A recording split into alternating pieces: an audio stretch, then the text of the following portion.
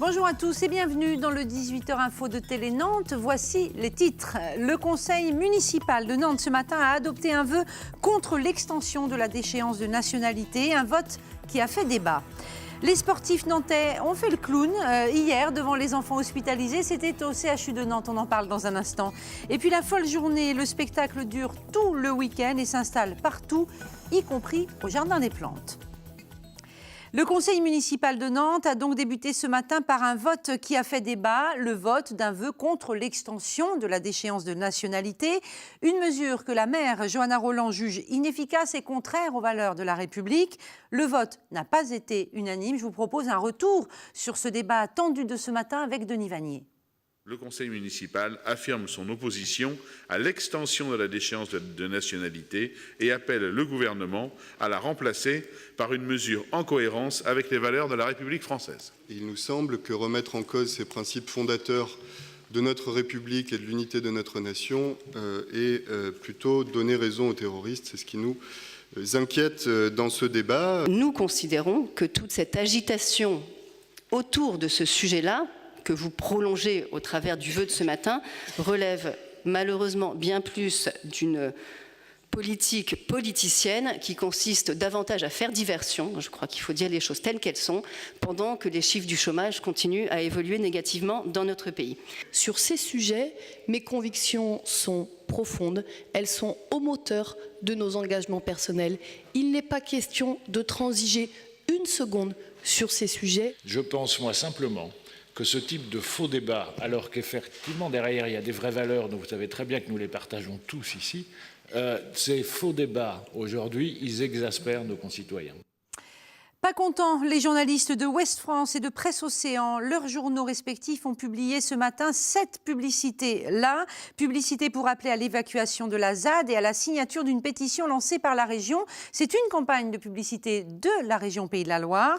La pub doit reparaître mardi prochain et dans un communiqué, les syndicats de journalistes CFDT, SNJ et Sud dénoncent la pub de trop. Ils parlent de confusion des genres et de mise en cause de l'indépendance des journalistes et ils demandent à leur direction d'annuler cette campagne et de retirer la publicité.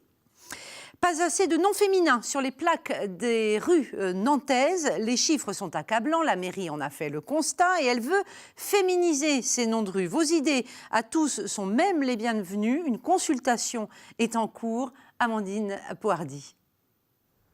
Léon Blum, Armand Brossard, Maurice Duval, les hommes sont omniprésents sur les pancartes des rues nantaises. Et pour cause, sur 1200 rues avec des noms de personnalités, seulement 100 sont des femmes. La ville de Nantes a donc voulu remédier à ce déséquilibre. Dans l'engagement que l'on prend, nous de rendre une ville plus juste, une ville égalitaire, il nous semblait important en tout cas de travailler à cette question pour pouvoir rééquilibrer.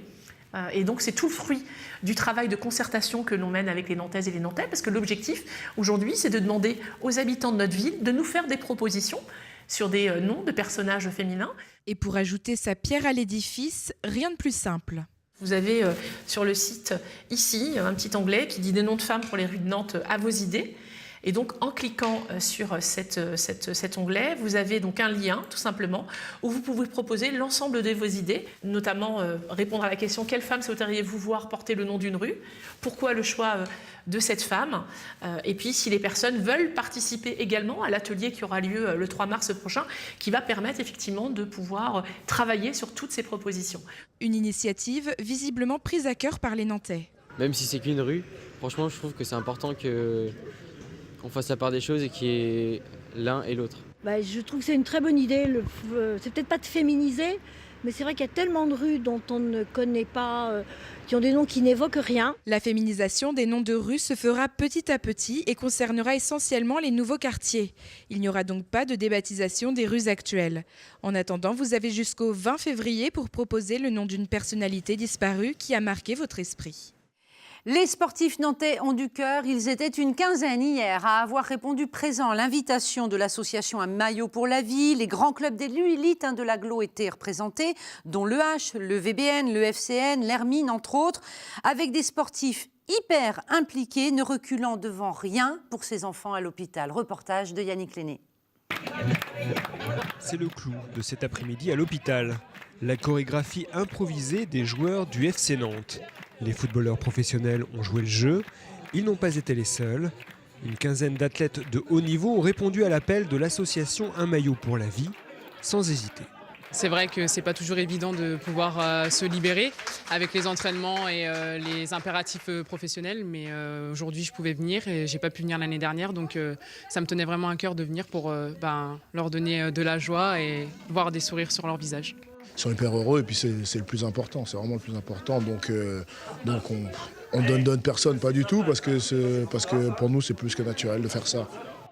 Je pense que c'est notre devoir de le faire, donc, et puis on prend du plaisir à faire parce que voilà, sourire dans l'enfant, ça vaut tout l'or du monde, donc c'est toujours sympa de venir, de se retrouver ici. Sportifs ou musicaux, les défis s'enchaînent face à face. Deux équipes qui mélangent les grands et les petits champions. On est loin d'être passif, on est plutôt acteur. Les enfants se prennent au jeu, les adultes se prennent au jeu. Donc ça crée tout de suite une ambiance toujours autour du sport, mais une ambiance vraiment bon esprit. Il y avait beaucoup de joie, c'était rigolo, tout le monde s'y mettait. On était tous mélangés avec les grands joueurs, vraiment sympa. Surtout les handballeurs, je les adore. De la joie, du partage, 2 heures pendant lesquelles les jeunes malades, mais aussi le personnel soignant, auront un peu oublié l'hôpital. Allez, on passe au foot. Les Canaries se déplacent à Toulouse demain et ils se déplacent renforcés par leurs bons résultats face à Ajaccio. Victoire 3-1. Le FCN est maintenant 7e au classement de Ligue 1. Et il faut bien le dire, les joueurs semblent avoir repris confiance. C'est en tout cas ce que nous a confié Adrien Thomasson. On l'écoute. On prend beaucoup de plaisir actuellement, même depuis début 2016. Après, je pense qu'on manquait un peu de confiance en première partie de saison. Du fait qu'on n'arrivait pas à marquer. Là, on sait que à tous les matchs, on a réussi à marquer depuis début 2016. Donc, on est plus déterminé dans nos courses. Donc, forcément, après, les situations, elles viennent. Et puis, on a des automatismes qu'on a créés qui sont beaucoup mieux depuis quelques temps. La nature dans tous ses états, c'est un peu au cœur de la folle journée cette année. Le grand rendez-vous de la musique classique investit tout le week-end encore la Cité des Congrès de Nantes. Mais pas que, il y a le lieu unique et également cette année une des serres du Jardin des Plantes. Regardez, c'est un reportage d'Anne Judic. Au cœur du Jardin des Plantes, c'est un concert pas comme les autres que s'apprête à vivre le public. Un voyage sonore au milieu des éléphants, des oiseaux, sous l'eau ou dans une grotte avec les chauves-souris.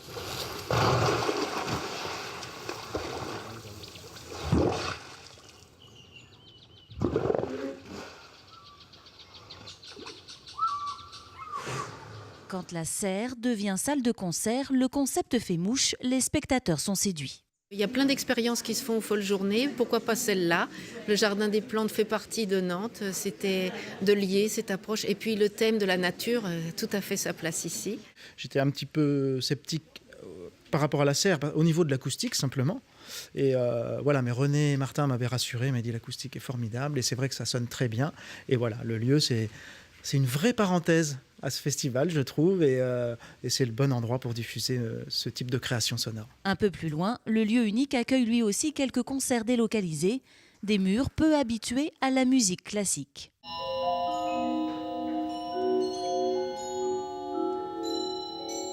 Ici, c'est surprenant cette musique et ça va bien avec le lieu. Et quand la lumière se rallume, la magie continue d'opérer. Il nous a expliqué la différence entre le marimba et le xylophone et puis il a montré ses partitions. Parce que moi, j'étais très curieuse de voir les partitions en fait.